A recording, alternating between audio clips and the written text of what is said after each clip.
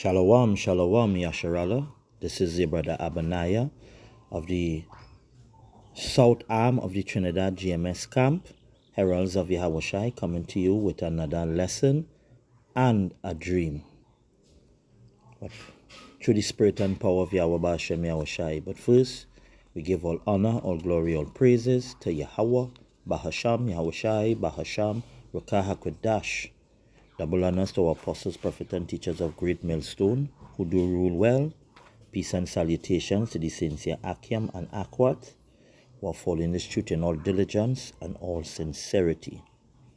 Now, this was a dream that I had, as I said in the previous video, that I wanted to do, that I was doing after because of the length of the first one, where, I had a dream from the Lord where I wouldn't tell all it. Let me phrase the dream this way. I had a dream about Leviathan. So before I get into the details, I just want to read this. I have 3 precepts. I'll just read in this first precept, and then I would get into the dream. It says, "Canst thou draw out Leviathan with a hook, or his tongue with a cord which thou lettest down? Canst thou put an hook into his nose, or bore his jaw through with a thorn? Will he make many supplications unto thee? Will he speak soft words unto thee? Will he make a covenant with thee? Will thou take him for a servant forever? Will thou play with him as with a bird, or will thou bind him for thy maiden?" Right? Now I want to drop down in Loani chapter, where, picking it up from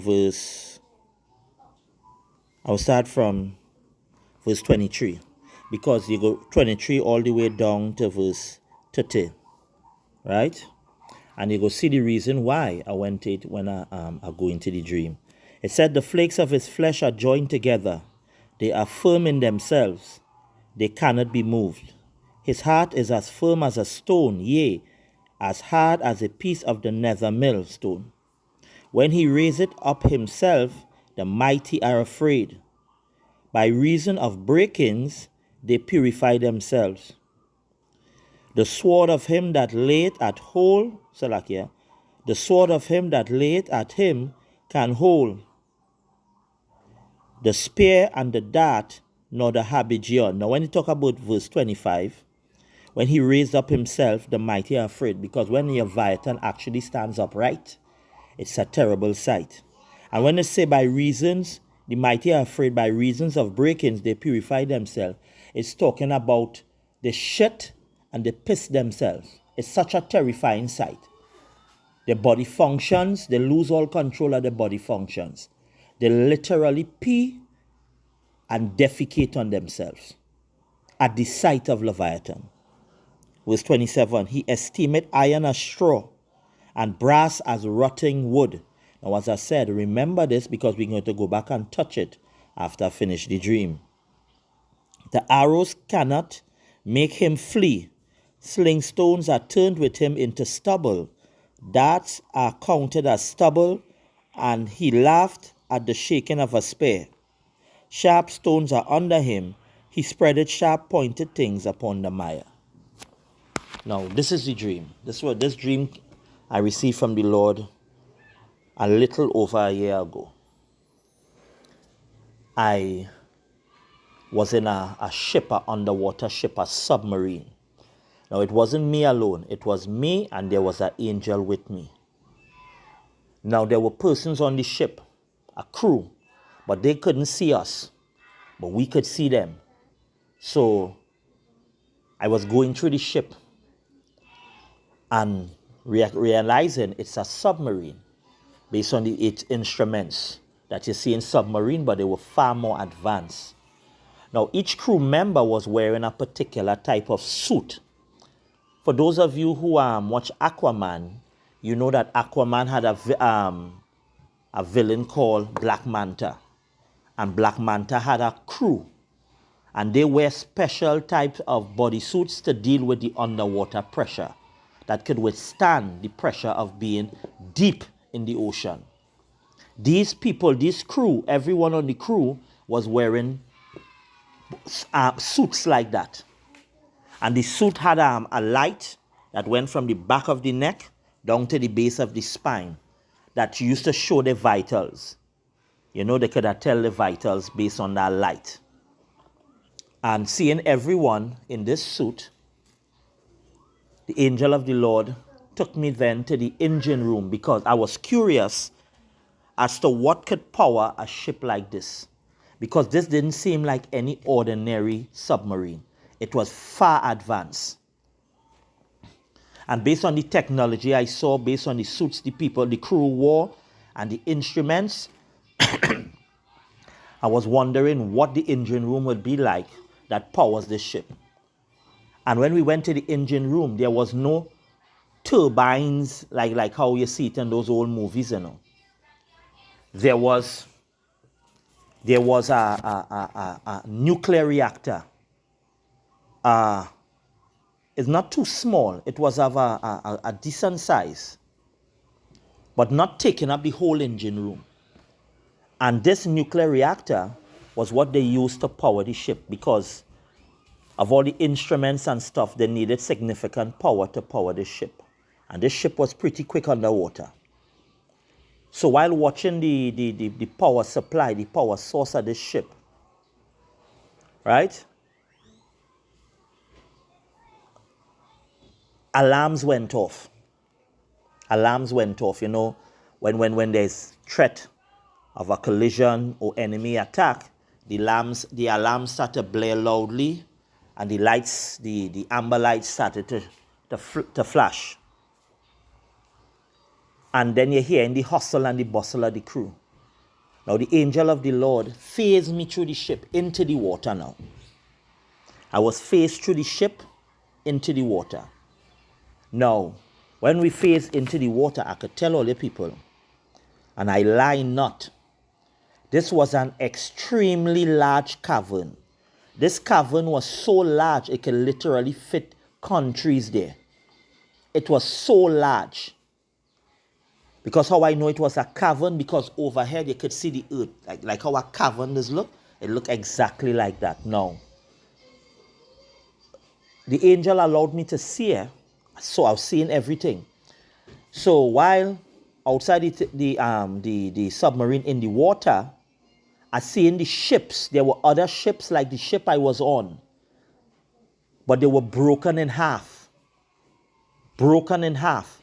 Now the type of it's to note that the type of material you need or metal you need to withstand that type of depth and that pressure, this had to be a significantly strong alloy. But these ships were broken in half. Even the ship that I just phased through was struck and broken in half. And you see in the crew body in the water.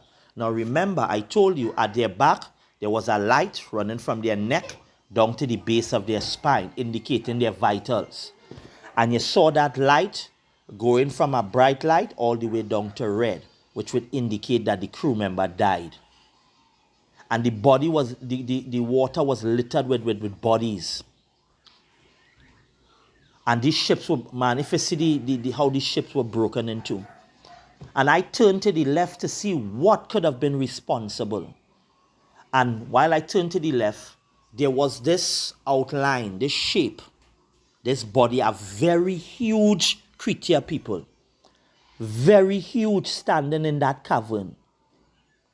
Extremely huge. I can't even stress enough on how tall this creature was. No, it was not the Lord's will for I to see physical features to tell you this is what it looked like.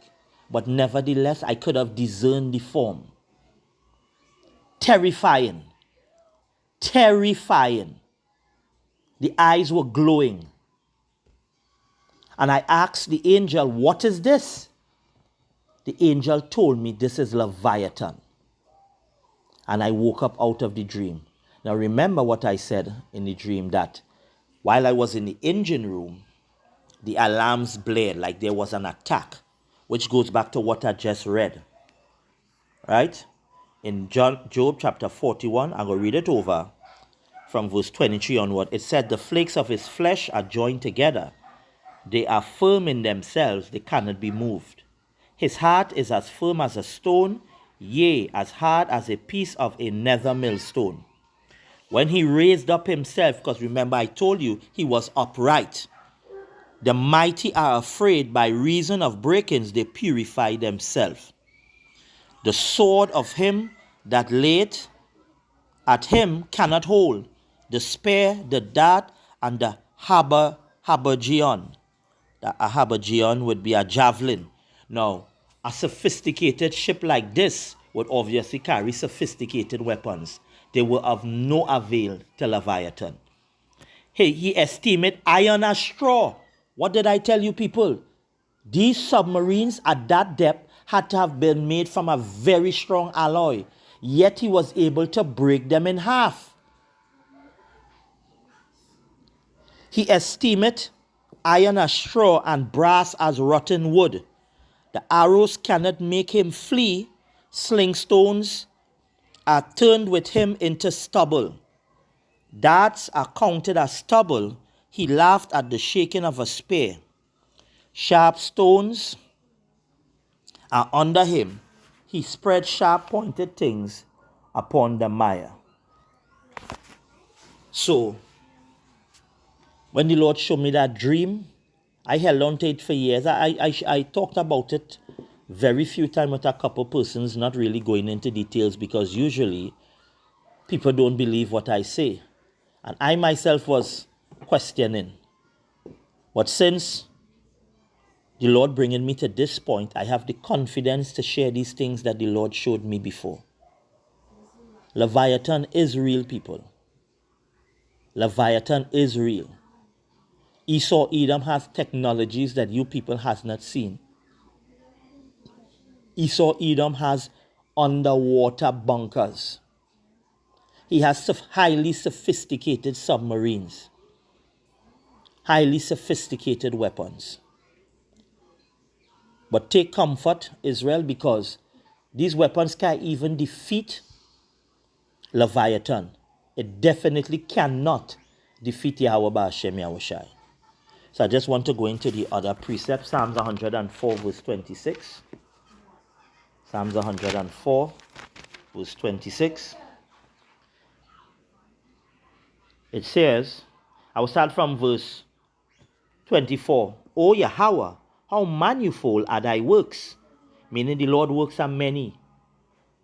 Don't think you've seen all the Lord works. In wisdom hast thou made them all. The earth is full of thy riches. So is this great and wide sea, because there are things in the ocean you people would tremble to know exist there. And the main one is Leviathan. So this is great. So is this great and wide sea, wherein are things creeping innumerable, both small and great beasts. Or you think the biggest animal in the ocean is a blue whale? There are creatures far exceeding the size and length of a blue whale. A blue whale dwarfs in comparison to these creatures. There go the ships. There is that Leviathan whom thou hast made to play therein.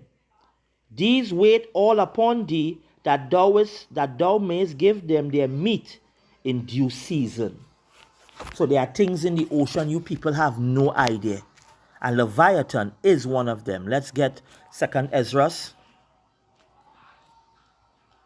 2 Ezra chapter 6. Start from verse 47. It says, upon the 5th day thou sayest unto the 7th part, where the waters were gathered, that it should bring forth living creatures. So it's talking about the waters. This is why there is more water on the earth than land. That it shall bring forth living creatures, fowls and fishes, and so it came to pass. For the dumb water and without life brought forth living things at the commandments of power, that all people might praise thy wondrous works. Then didst thou ordain 2 living creatures. The one thou callest Enoch, and Enoch is the one belong on land, and the other Leviathan. Right? Verse 50. And didst separate one from the other. For the 7th part, namely, that 7th part refers to your oceans, namely, where the waters were gathered together, might not hold them both. Unto Enoch thou givest 1 part, which was dried up the 3rd day. It's talking about the land, that he should dwell in the same part wherein are 1,000 hills. But unto Leviathan thou givest the 7th part, namely, the moist, that is talking about your oceans, and hast kept him to be devoured of whom thou wilt and when. So Leviathan is just waiting on the Lord's command. And in that dream, I saw Leviathan. As Yahweh Ba'ashem Yahushai live, and as the angel was showing me, I saw Leviathan destroying the ships of Esau Edom, those sophisticated submarines. So with that, I pray that this lesson was edifying.